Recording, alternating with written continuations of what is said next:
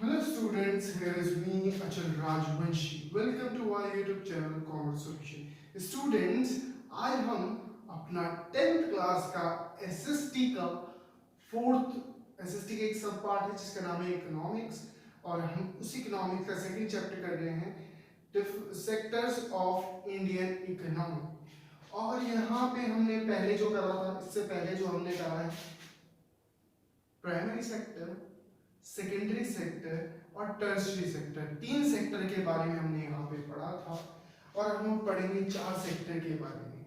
वो चार सेक्टर कौन कौन से हैं? एक है ऑर्गेनाइज सेक्टर, दूसरा है अनऑर्गेनाइज सेक्टर, तीसरा है पब्लिक सेक्टर और चौथा है प्राइवेट सेक्टर।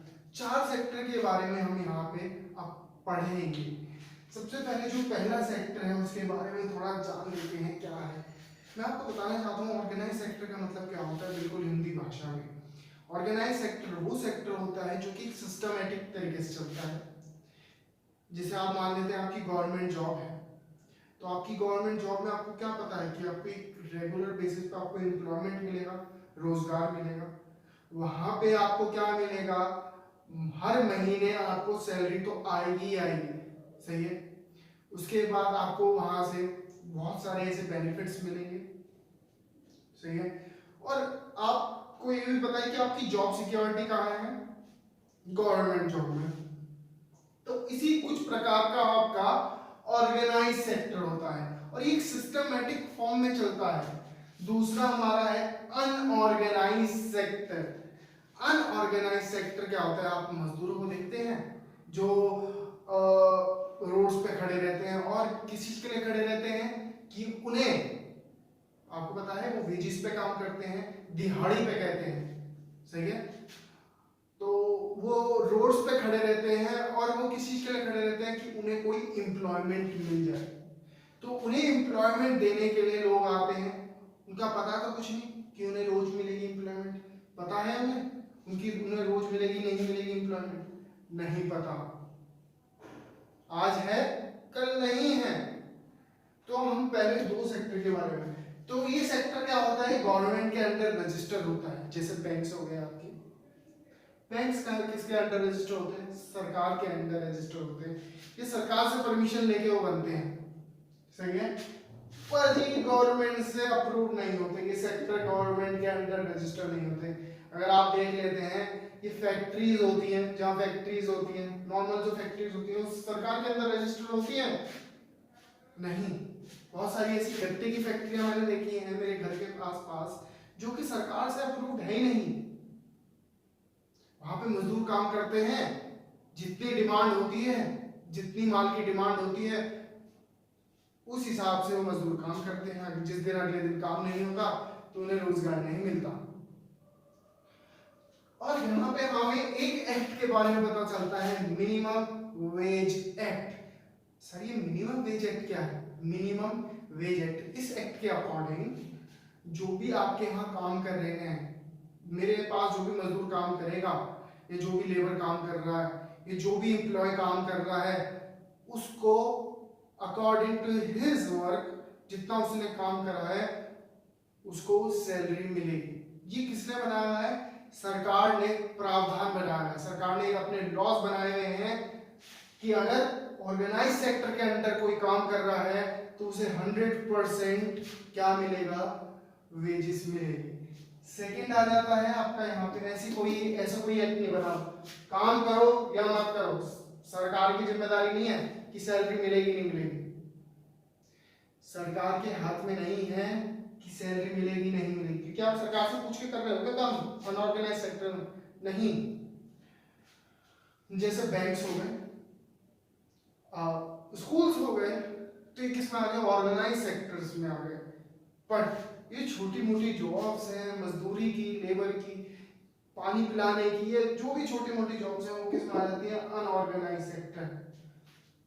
इस सेक्टर में हमें एक चीज पता है, नौकरी तो मिलेगी, कुछ नहीं हो एम्प्लॉयमेंट आपकी रेगुलर बेसिस पे मिलेगी। किसमें? ऑर्गेनाइज सेक्टर में। बट अनऑर्गेनाइज सेक्टर में कुछ नहीं कर सकते। अब आप देखते हैं स्कूल चलता रहता है, सही है, बैंक्स हमेशा चलते रहते हैं, ऑनगोइंग रहते हैं, बेंच को आपने कभी बंद देखा है? बहुत ही कम देखा होगा। तो यहाँ पे हम देखते हैं अनऑर्गेनाइज सेक्टर में। अनऑर्गेनाइज सेक्टर में हम ये देखते हैं आज काम है कल नहीं है। तो यहाँ पे एम्प्लॉयमेंट क्या है? एम्प्लॉयमेंट का मतलब रोजगार क्या है? रेगुलर नहीं है। पब्लिक सेक्टर और प्राइवेट सेक्टर, दो सेक्टर के बारे में हम बात करेंगे और दो ही सेक्टर भी बहुत इंपॉर्टेंट है। 11th 12th कॉम्पिटिशंस, अगर आपका कॉन्सेप्ट यहाँ पे क्लियर है तो आपको बहुत ही आसानी होगी। ये सेक्टर कंट्रोल करे जाते हैं सरकार के द्वारा। ये सेक्टर कंट्रोल करे जाते हैं सरकार के द्वारा एंड मैनेज्ड बाय गवर्नमेंट। और मैनेज भी किसके द्वारा करे जाते हैं? सरकार के द्वारा। पब्लिक सेक्टर की बात कर रहा हूँ। और प्राइवेट सेक्टर कंट्रोल किसके द्वारा करे जाते हैं? मुकेश अंबानी जो सेक्टर कंट्रोल करता है, रिलायंस ग्रुप ऑफ इंडस्ट्री, वो सरकार के द्वारा है क्या? वो एक इंडिविजुअल के द्वारा है। टाटा, रतन टाटा, जो टाटा ग्रुप ऑफ इंडस्ट्रीज है, वो किसके द्वारा कंट्रोल करा जाता है? रतन टाटा या ग्रुप ऑफ इंडिविजुअल्स के द्वारा, रतन टाटा एंड सन्स, उनके रिलेटिव्स के द्वारा। तो यहाँ पे कोई भी प्राइवेट सेक्टर है वो किसके द्वारा कंट्रोल करा जाता है? किसी भी इंडिविजुअल या ग्रुप ऑफ इंडिविजुअल्स के द्वारा। सही है। जो पब्लिक सेक्टर होता है वो लोगों के लिए, वेलफेयर के लिए काम करता है। जैसे सरकारी हॉस्पिटल खुलवा दिए, सरकारी स्कूल खुलवा दिए। सही है। और आप ये देखते हैं बहुत सारे सरकारी टॉयलेट्स खुलवा दिए। ये सारे क्या है? वेलफेयर के लिए करवाता है। और यहाँ पे सेकंड पॉइंट आ जाता है आपका, ये सिर्फ अर्न करता है प्रॉफिट।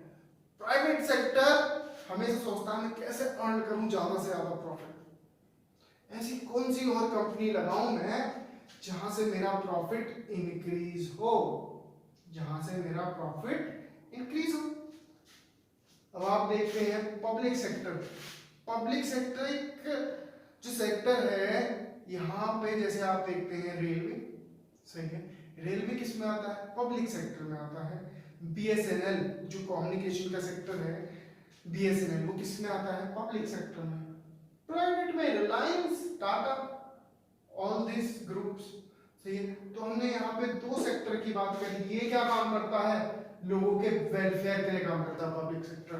प्राइवेट सेक्टर क्या करता है? सिर्फ अर्न करता है प्रॉफिट। प्रॉफिट अर्न करने के लिए काम करता है। तो यहाँ पे हमने दो सेक्टर्स के बारे में पढ़ा, चार सेक्टर्स के बारे में पढ़ा वैसे तो टोटल।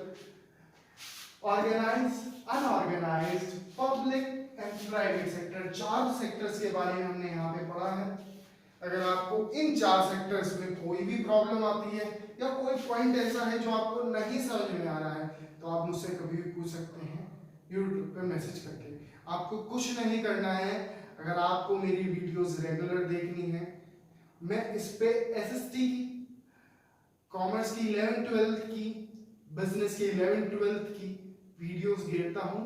अगर आपको कहीं पे कुछ भी प्रॉब्लम है तो आप मुझे YouTube पे मैसेज करके कभी भी पूछ सकते हैं। Thank you so much.